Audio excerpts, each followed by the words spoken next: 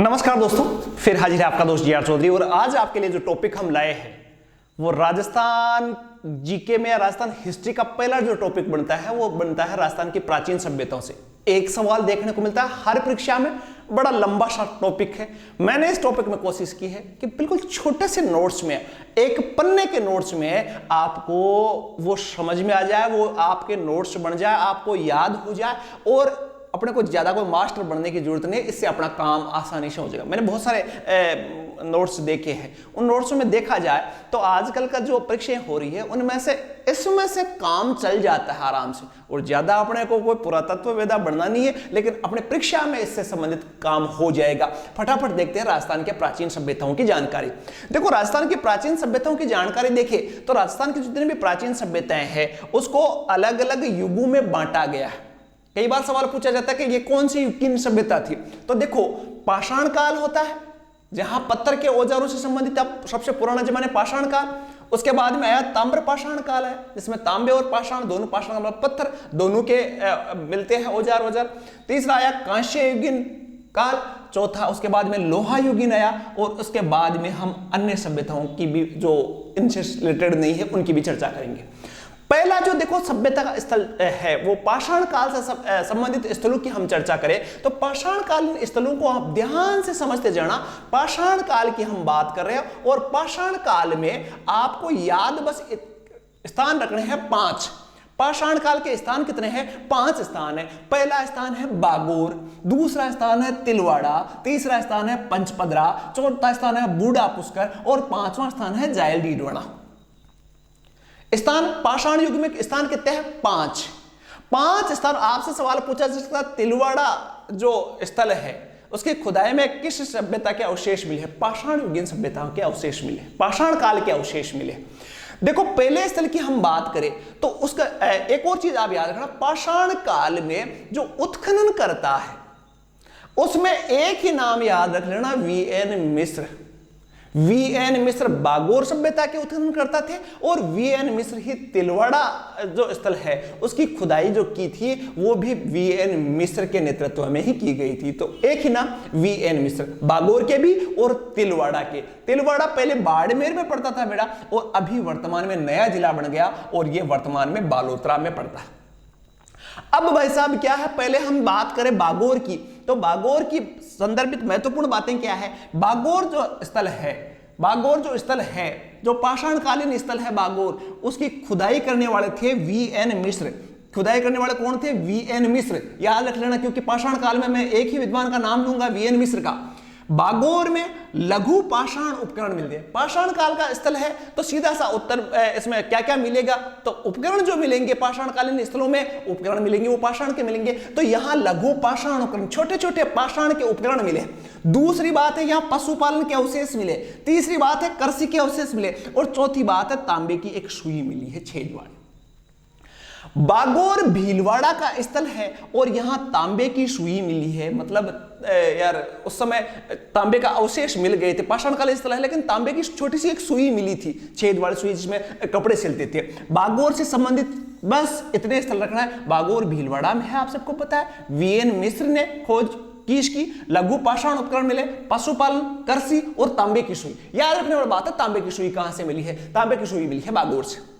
खोजकर्ता बागोर स्थल के थे वीएन मिश्र। दूसरा जो स्थल है वो तिलवाड़ा है।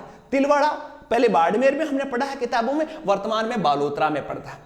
तिलवाड़ा में सेम की सेम कंडीशन बागोर वाली है। यहां भी लघु पाषाण उपकरण मिले क्योंकि पाषाणकालीन सभ्यता का स्थल है। यहां भी पशुपालन के अवशेष मिले, लेकिन भाई साहब यहां कृषि के अवशेष नहीं है क्योंकि बागोर या तिलवाड़ा बाड़मेर में आप सबको पता है खेती बाड़ी बारिश वारिश कम होती है। तो यहां अग्निकुंड के अवशेष मिले हैं। किसके अवशेष मिले हैं? अग्निकुंड के अवशेष मिले हैं। ये भी ज्यादा कोई है नहीं, हल्के फुल्के माइंड से अपने को पढ़ना है मजा लेकर।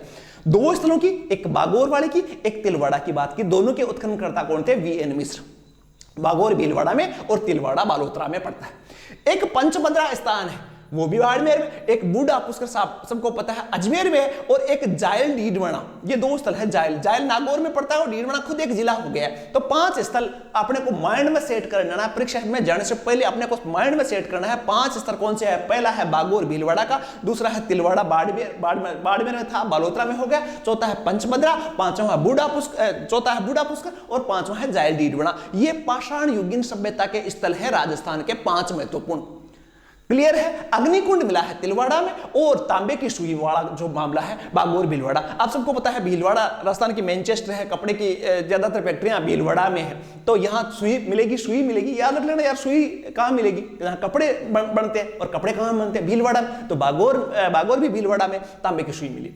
पाषाण युगीन सभ्यताओं के स्थलों की हमने बात की। अब देखो बात करें दूसरी, तो अब जो सभ्यता आती है वो आती है ताम्र पाषाण युगीन, जिसमें तांबे के भी अवशेष मिलेंगे और पाषाण अवशेष भी पुराने जमाने। और इसके जो स्थल है, ध्यान देना, इसके स्थल है 4। पाषाण युगीन सभ्यता के स्थल है 4। एक आहड़ है जो उदयपुर में है, एक गिलूंड है जो राजसमंद में है, एक बालाथल है जो उदयपुर में है, एक ओजियाना है जो भीलवाड़ा में। याद रखना, आहड़, गिलूंड, बालाथल और ओजियाना, ये 4 स्थल है, और ये चारों की चारों स्थल है ताम्र पाषाण युगीन सभ्यता के स्थल है राजस्थान के।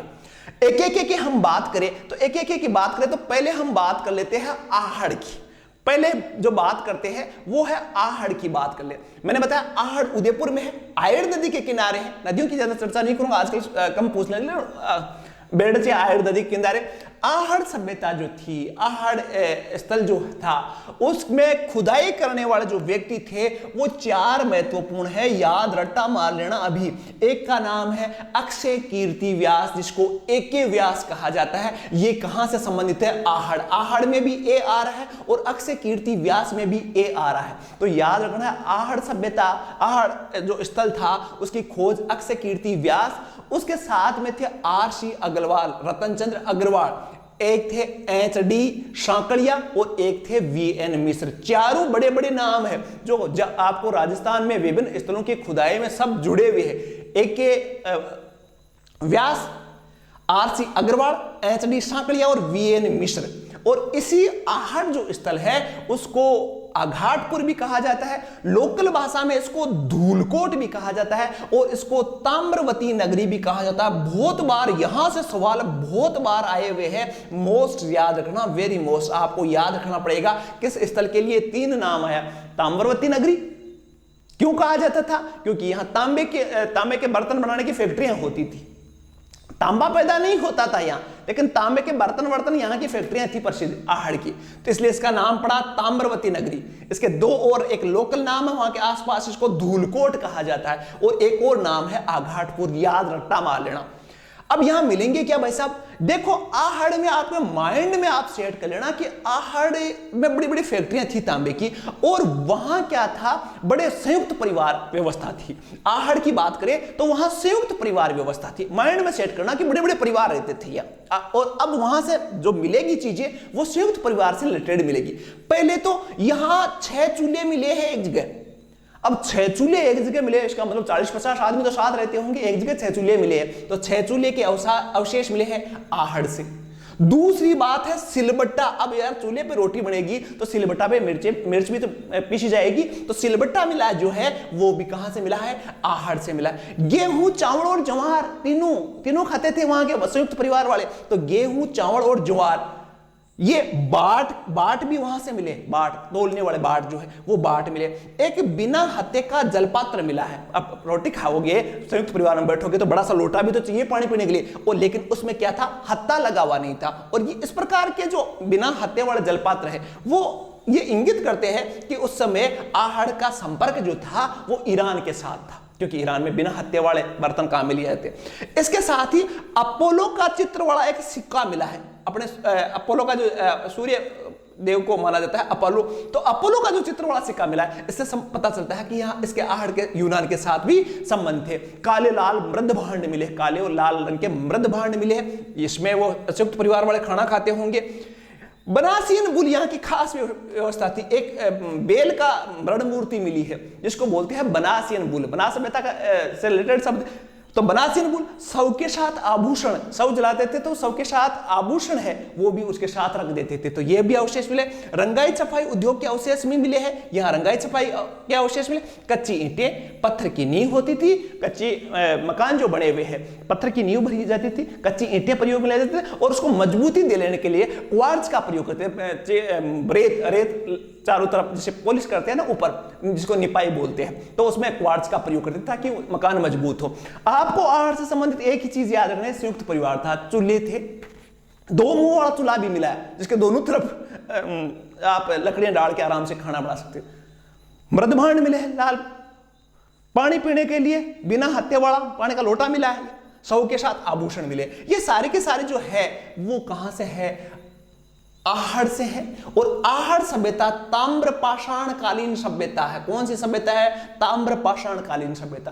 ताम्र पाषाण कालीन सभ्यता का जो दूसरा स्थल है वो है गिलुंड, और गिलुंड है राजसमंद में। कौन से जगह है? राजसमंद में। अब यहां खुदाई करने वाले कौन कौन थे ध्यान रखना, भी जो गिलुंड स्थल है वो उसके जो खुदाई करने वाले थे, एक का नाम था बीबी लाल, एक का नाम था वीएस सिंधे और एक का नाम था ग्रेगरी पोस्टल। 3 नाम है, बीबी लाल, वीएस सिंधे और ग्रेगरी पोस्टल जो थे वो गिलुंड की उत्खनन करता थे। यहां से क्या मिला है देखो, आप गिलुंड से आपको माइंड में सेट कर लेना कि यहां जैसे आहड़ में मैंने कहा था संयुक्त परिवार वाली ज्यादा व्यवस्थाएं थी, गिलुंड में अपने को याद करना है जैसे कोई स्कूल का खेल का मैदान था, वो आपको माइंड में सेट करना, मैदान नहीं था वो, लेकिन आपको को याद रखने के लिए सेट करना है कि जैसे बच्चे खेलते हो, खेल का मैदान है छोटे बच्चों का, तो वहां क्या मिलेगी? पक्की ईंटें मिली है। देखो यहां आपको आहड़ में कच्ची ईंटें मिली है, लेकिन गिलुंड में आपको पक्की ईंटें मिलेगी। दूसरी बात, छोटे छोटे पत्थर मिले हैं, जैसे अपने बिल्लियां खेलते हैं ना, कंचे खेलते हैं, उस प्रकार के छोटे छोटे गोल पत्थर मिले बच्चों के खेलने के। मिट्टी के खिलौने मिले और हाथी दांत की चूड़ियां मिली है। देखो बच्चे खेलते हैं तो छोटे छोटे पत्थरों से खेलते हैं, या मिट्टी के खिलौनों से खेलते हैं, या फिर लड़कियां जो खेलती है वो हाथी दांत का चूड़ा पहन के खेलती है। तो माइंड में सेट कर लेना कि जो आपका गिलुंड है वो बच्चों से रिलेटेड ज्यादा था। हाथी दांत की चूड़ियां, छोटे छोटे पत्थर जो कंचे की तरह यूज करने वाले थे, मिट्टी के खिलौने वो मिले, और यहां पक्की ईंटें मिली है। खास बात है गिलुंड में पक्की ईंटें हैं जबकि आहड़ में कच्ची ईंटें मिली है। तीसरा स्थल है बालाथल। बालाथल है उदयपुर में। अब बालाथल में मिलने वाली चीजों को याद कैसे रखना है? बालाथल का नाम जैसे भाला फेंकने वाला आदमी है, यूं याद रखना है अपने को कि जैसे बालाथल उदयपुर में, लेकिन भाला फेंकने वाला कोई वीर योद्धा रहते हो, वो स्थल है बालाथल। इसकी खोज जो की उत्खननकर्ता जो थे वो थे वीएन मिश्र। जैसे मैंने पाषाण युगीन सभ्यता में बताया था, वीएन मिश्र को याद रखना, बालाथल से रिलेटेड है। और यहां मिला क्या क्या है, यहां से आपको याद रखना है 11 कमरे। अब योद्धा जहां रहते हो वहां 11 कमरे, कोई 11 कमरे का एक मकान मिला है जिसमें 11 कमरे बने हुए। इसका मतलब वो सारे योद्धा उन 11 कमरों में सेना की सेना रहती थी। दूसरा है योद्धा पानी पीने के लिए क्या काम में लेते थे? नलकूप। नलकूप के अवशेष मिले हैं बालाथल में, बालाथल उदयपुर में। हाथ से बना कपड़ा, अब वो वीर योद्धा क्या पहनेंगे बेचारे कपड़ा, और उस समय तो कोई फैक्ट्री थी नहीं, हाथ से बने कपड़े के अवशेष मिले। 11 कमरे, नलकूप पानी पीने के लिए, और हाथ से बना कपड़ा। खोज की थी बालाथल की, उत्खनन करता थे, खोज नहीं उत्खनन करता है वीएन मिश्र, याद रह जाएगा। नेक्स्ट हम बात करते हैं, एक और स्थल है जिसका नाम है ओजियाना, और ओजियाना जो पड़ता है वो भीलवाड़ा में। अब ओजियाना की जो उत्खनन करता थे उनका नाम था बीआर मीणा और आलोक त्रिपाठी। बीए ओजियाना का बीआर मीणा और आलोक त्रिपाठी, ये दोनों ने मिलकर इसका उत्खनन किया था। और यहां खास बात याद रखने वाली बात केवल एक है, गाय और बैल की मृण मूर्तियां मिली है। मृण का मतलब है मिट्टी की मूर्तियां मिली है, और ओजियाना में कोई ज्यादा महत्वपूर्ण बात नहीं है। 4 स्थल हमने पढ़े, वो पाषाण ताम्र पाषाण युगीन सभ्यता के स्थल थे। वापस में बात याद करा दूं, आहड़, गिलुंड, तीसरा बालाथल और चौथा है ओजियाना। ओजियाना कहां है? भीलवाड़ा में। बालाथल कहां है? उदयपुर में। गिलुंड कहां है? राजसमंद में। और आहड़ कहां है? उदयपुर में। ये 4 स्थल है वो ताम्र पाषाण युगीन सभ्यता के। नेक्स्ट हम बात करते हैं तो वो युग है कांस्य युग। कांस्य युग, सिंधु घाटी सभ्यता भी कांस्य युगीन सभ्यता थी, और अब कांस्य युगीन सभ्यता के जो स्थल है वो राजस्थान में मिले हैं। 2 महत्वपूर्ण याद रखना, एक कालीबंगा और एक सोनथी, याद रखना, कांस्य युगीन सभ्यता के स्थल कालीबंगा और सोनती है। अब इसकी थोड़ी डिटेल देख लेते, कालीबंगा की क्या स्थिति है। कालीबंगा की स्थिति की बात करें तो कालीबंगा का जो सर्वेक्षण है, कालीबंगा जो स्थल है वो उसका सर्वेक्षण करवाया था ओरेल स्टाइन ने, इसने सर्वेक्षण करवाया था। बाद में इसकी जानकारी एक इटली का विद्वान हुआ करता था एलपी तेस्तोरी, उस एलपी तेस्तोरी ने इसकी जानकारी दी और उसके बाद में इसकी खोज जो है, जब पक्का कहा था कि यार यहां कोई प्राचीन स्थल है, वो खोज करता थे अमलानंद घोष, कालीबंगा की मैं बात कर रहा हूं, घग्गर नदी के किनारे। उत्खननकर्ता की बात करें तो बीबीलाल, बीके थापर और दो और विद्वान। देखो जो कालीबंगा सभ्यता है उसके खोजकर्ताओं की हम बात करें तो 3 नाम अपने को याद रखना है, बीबीलाल, बीके थापर और एमडी खरे। ये 3 विद्वान थे कालीबंगा स्थल के जो उत्खनन करता थे उनमें, बीबीलाल, बीके थापर और एमडी खरे। रट्टा मार लेना। अब यहां मिला क्या क्या है भाई, यहां मिलने की बात करूं तो कालीबंगा से कुछ महत्वपूर्ण चीजें मिली है जो आपको याद रखने के, आजकल परीक्षाओं में यहां से सवाल पूछ लेते हैं। कालीबंगा में पहली बात तो यह बताऊं कि कालीबंगा जो शहर था वो 2 भागों में बटा हुआ था। एक पश्चिमी भाग जहां थोड़ा सा संपन्न वर्ग था, वो किले में रहते थे, ऐसा था, और एक पूर्वी भाग जहां गरीब थे। और वैसे कालीबंगा जो शहर था वो गरीब था बेचारा, ये माना जाता है कि गरीब शहर था, कोई संपन्न शहर नहीं था। तो यहां कच्ची ईंटें मिली है। अब भाई पूर्वी भाग जो गरीबों का था वहां मिलेगी कच्ची ईंटें, और जो पश्चिमी भाग था जो संपन्न था उसमें यहां अलंकृत ईंटें मिली है। तो कालीबंगा में दोनों प्रकार की ईंटें मिली है, कच्ची ईंटें मिली है, कुछ कच्ची ईंटें हैं लेकिन उस पर अलंकरण किया गया है तो अलंकृत ईंटें मिली है। यहां देखो पानी की निकासी की कोई अच्छी व्यवस्था नहीं है, लेकिन गरीब बस्ती में कह रहा हूं यहां लकड़ी की नालियां बनी है, पत्थरों की नालियां पानी निकालने के लिए नहीं थी। बांस अभी भी मणिपुर जैसे साइडों में देखने को मिलता है, पानी को निकालने के लिए लकड़ी की नालियां बना लेते हैं। तो बांस की नालियां, वहां नालियों के अवशेष मिले हैं। एक जुता हुआ खेत मिला है। जुता हुआ खेत कैसे, ऐसे जुता हुआ है और ऐसे भी जुता हुआ है। इससे उत्खननकर्ता कहते हैं कि यहां 2 फसलें एक साथ बोई जाती थी। 6 छेद वाली खोपड़ी मिली है, बहुत खोपड़ी के 6 छेद। अरे 6 छेद कोई नाक कान वाले छेद नहीं है, अलग से ऊपर छेद किए हुए, जिससे लगता है कि उस समय कोई चिकित्सा पद्धति थी जिसे वो छेद कर करके जैसे शल्य क्रियाएं होती थी। तो 6 छेद वाली खोपड़ी कालीबंगा में मिली है। युग्मित समाधान के अवशेष मिले हैं। युग्मित समाधान, महिला और पुरुषार्थ को दफनाया हुआ मिला है। अब पता नहीं क्या कहानी थी उस समय की, लेकिन युग्मित समाधान थे। भागते हुए बेल की मरण मूर्ति मिली और यहाँ के मकानों में दरार मिली है, जिससे पता चलता है कि भूकंप आया होगा, भूकंप से उजड़ी होगी। तो भूकंप के अवशेष भी कहाँ मिलते हैं, कालीबंगा में। सिंपल भाषा।